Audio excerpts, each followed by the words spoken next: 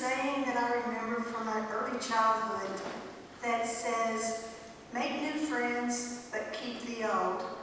One is silver and the other gold.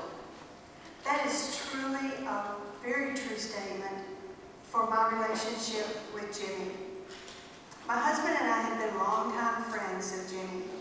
Marvin and Jimmy both worked together as firefighters with the Jackson Fire Department. Along with fighting many fires, they participated in many projects in the community. One of the projects was Jackson Little League Baseball. Many summer nights, Jimmy and other firefighters were working concessions, hamburgers, hot dogs, everything, for the ball games. In 1973, a Jackson team won the state title, then went on to win the region title. The next step was Little League World Series in Williamsport, Pennsylvania. Not to miss out, Jimmy, Johnny Johnson, and Marvin, along with their wives and our 2 children, loaded up in one car, yes, one car, and headed to Pennsylvania to cheer our team on. Your friendship grows even closer when you travel like that. Jimmy loved every minute of that adventure. In the mid-70s, Jimmy was injured in a very serious car accident. His fellow firefighters covered all his shifts to help him during this difficult time, knowing Jimmy would do the same for them if needed. He was that kind of guy. Fast forward. After firefighting days, we drifted apart. Jimmy went through some difficult times. Then he met Val, a wonderful friend of ours. He knew from the beginning he had found a joy. He often shared with us how much he loved her, and he knew that God had placed her in his life. She was just what he needed in so many ways. He joined the Catholic Church here at St. Mary's and became very active in his faith journey. He attended the Light of the World retreat and said it changed his life. He was part of a small group that met every Wednesday for food, fellowship, and faith sharing. He never complained and was always smiling, even in those last weeks. We had the opportunity to cruise with Jimmy and Val on many occasions, sharing lots of fun times. The last was a transatlantic cruise. Even with his disabilities, he did not miss a beat, laughing and enjoying every minute.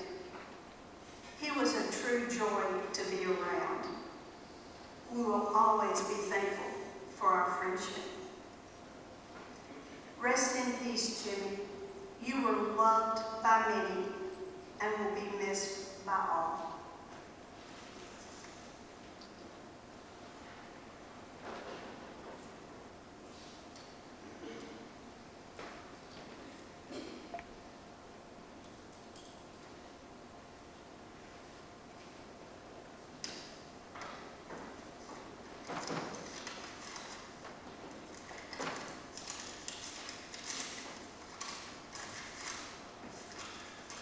I got to know Jim 20 years ago when Alan and Jim danced into each other's life. It's been a good friendship for all that time. He said when he first laid eyes on Val, she was the most beautiful woman he'd ever seen. I just wanted to share some memories that I have of Jim personally and with other friends. Some of our memories were on the golf course in the woods looking for golf balls. He and I spent many times bonding there looking for those little white things. He was a steady player, but he never complained about a bad shot if he hit it 20 feet or 200 yards in the same demeanor. He was steady, steady, steady. To show his steadiness, he and Val survived a tornado at Walnut Trace. And I just learned something this morning as I looked out at the article there that they didn't lose their sense of humor, that they put a sign up that said, "House for sale by owner." And I guess actually people were trying to buy the house and it was blown down. That's Jim. Move on and find another house. And that's what they did. It was so much fun watching Jim eat ribs. He loved his ribs. He would get ribs at a Chinese restaurant if he could. He always ordered more than he could eat. And there was a reason for that, so he could make another meal out of it, which also helped you out because you didn't have to cook another meal for him. He loved to play cards. Maybe that came from his firefighting days. He loved to play a game called 99. And a game of 99, if you don't know, it requires some math skills. You have to do a little bit of addition to add up the cards, the numbers, till you get to 99. Well, Jim was sharp as a tack. I mean, he knew those numbers better than all of us. And when he won, yeah, we gambled for a little bit of money, just a little bit, not a lot. He would share his winnings with them. How generous that was. Another comical memory I had of Jim was he used to be involved in a program called Christmas Partners, where we go and we put out boxes around the city to collect toys for needy children. Jim was always there, always wanted to help, and he had his pickup truck, and he put a bunch of boxes in the back of the pickup truck, and he was bringing it to the Knights Hall over here. Much to his dismay, he got to the Knights Hall and there were no boxes. They had all blown out on the 45 bypass. We all got a good laugh out of it, even though we had to go get some more boxes. We got a good laugh out of that time.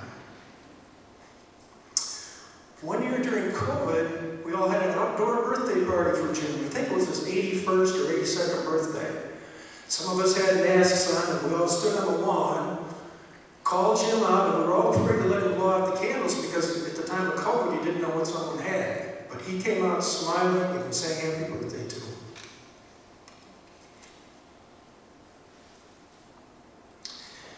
As I said, Jim was a steady, calm person, always positive, never mad. Even when you asked him, "Jim, how are you doing?" he'd always say, I'm good. And he would always say, "I don't know why I'm still here, but I am."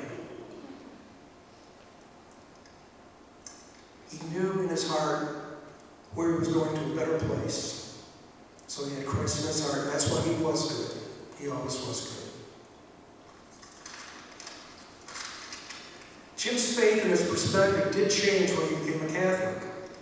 He was involved in church activities, as Mary Jane said, and he would always come to Mass, even when it was physically difficult for him to get there. He was always there, back in that back row, even in a wheelchair if he had to be. He participated in a small church group that we would meet every week. He took great joy in lighting the candles before. Maybe that had to do with being a firefighter. He loved to light the candles. And he was somewhat quiet, but when he spoke, let me tell you, when he spoke, he captivated the room. He would tell us about things from his past, and again, as I said, he'd always say, "I don't know why I'm here, but I am." And the reason he was here, Val, is to bring joy to your life, and to bring joy to his friend's life, and to love the Lord as well. And he did. The last time we met for a small church meeting, Jim was there in good spirits. He ate well, lit the candles, and we prayed. Helped him onto his car. And that's the last time I thought I would ever see Jim. I didn't think that was the last time I would ever see Jim. He looked at me and smiled and said, "Thank you." And that was really the goodbye I had for Jim. To Val and all your family, you know he's in a better place. You know where he is, and that brings you joy and peace. Jim, rest in peace. Amen.